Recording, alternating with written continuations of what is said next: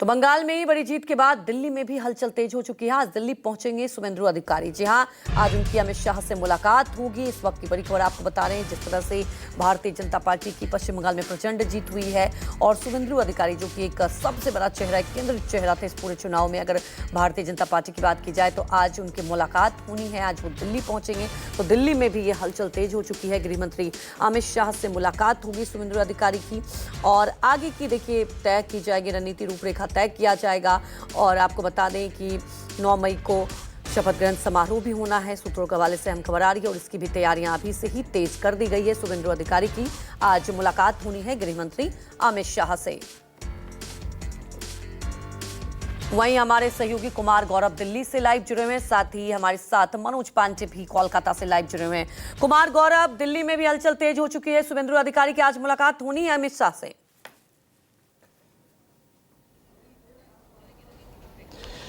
देखिए, बिल्कुल शुभेंदु अधिकारी और अग्निमित्रा पॉल के साथ कुछ और विधायक भी दिल्ली पहुंच रहे हैं। प्रदेश अध्यक्ष भी पहुंचेंगे। सुनील बंसल जो कि चुनाव में सारा काम देख रहे थे, वो सभी तमाम नेता भी दिल्ली पहुंच रहे हैं और शपथ ग्रहण की तैयारियां, मंत्रिमंडल कैसा हो, इन सब को लेकर विशेष तौर पे चर्चा होगी। आज रात तक ये मुलाकात होने की संभावना है।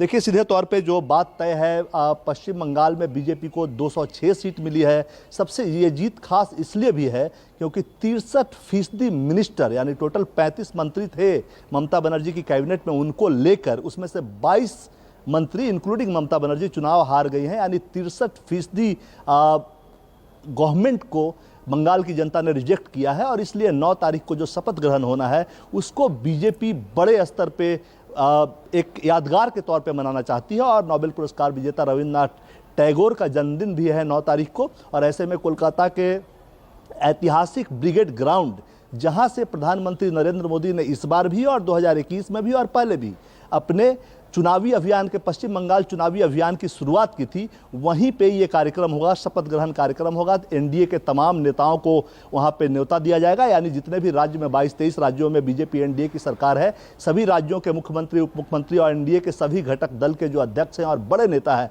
उन सभी को कोलकाता के ब्रिगेड मैदान आने का न्योता दिया जाएगा। मुख्यमंत्री के तौर पर अगर बात की जाए तो इसमें कहीं कोई कन्फ्यूजन नहीं है। हालांकि औपचारिक ऐलान विधायक दल की बैठक के बाद होगा, लेकिन इसमें कहीं कोई कंफ्यूजन नहीं है कि शुभेंदु अधिकारी ही बंगाल के भाजपा की तरफ से अगले मुख्यमंत्री होंगे। यानी बंगाल का अगला मुख्यमंत्री शुभेंदु अधिकारी होंगे, क्योंकि बीजेपी ने, वो एक फाइटर हैं और बीजेपी ने उनको एक फाइटर की तरह पेश भी किया है। 2021 के विधानसभा चुनाव में आपको याद होगा, ममता बनर्जी से सीधी टक्कर उन्होंने ली थी। वो उन्हीं के नंदीग्राम से वो चुनाव लड़े थे और ममता बनर्जी को हराया था। इस बार ममता बनर्जी जब भवानीपुर से चुनाव लड़ रही थी तो फिर गृह मंत्री अमित शाह ने यह एश्योर किया कि ममता बनर्जी जहां से भी चुनाव लड़े उनको हराना शुभेंदु अधिकारी का काम है। तो शुभेंदु अधिकारी 2 जगहों से चुनाव लड़े, भवानीपुर से और नंदीग्राम से, और दोनों जगहों से चुनाव जीते। 15,000 के आसपास वोटों से ममता बनर्जी को भवानीपुर से भी शुभेंदु अधिकारी ने हराया। तो अकेला बड़ा चेहरा, जिसको बीजेपी 2021 से बड़ा चेहरा प्रोजेक्ट कर रही है, बना रही है, तो ऐसे में उनके नाम के अलावा, यानी शुभेंदु अधिकारी के अलावा किसी और दूसरे नाम पे मुख्यमंत्री के तौर पे विचार संभव ही नहीं है। वही मुख्यमंत्री होंगे। हाँ, अब ये कहा जाएगा, बीजेपी पे हमेशा ये आरोप लगता है कि बाहर से आए हुए नेताओं को बना देते हैं। तो उसके लिए ये हो सकता है कि संगठन से जुड़े हुए जो पुराने बीजेपी के कैडर्स हैं, उनमें से जो विधायक बने हैं, उनमें से 1-2 को एक महिला और एक किसी और वर्ग को साधने के हिसाब से डिप्टी सीएम बना दिया जाए। हालांकि इस पर अभी विचार हुआ नहीं है, ये विचार शाम में होगा, लेकिन शुभेंदु मुख्यमंत्री बनेंगे, ये तय है। 9 तारीख को कोलकाता के ब्रिगेड मैदान में ऐतिहासिक शपथ ग्रहण कार्यक्रम होगा, जिसमें तमाम एनडीए सहयोगियों को बुलाया जाएगा, क्योंकि जीत बड़ी है। पूर्वी भारत का कल्चरल और पॉलिटिकल सेंटर है पश्चिम बंगाल। उसके आसपास के कई राज्यों में बीजेपी की सरकार है, लेकिन पश्चिम बंगाल अगर आपके हाथ में नहीं है तो एक प्रभावशाली कदम आपकी पार्टी का नहीं हो सकता।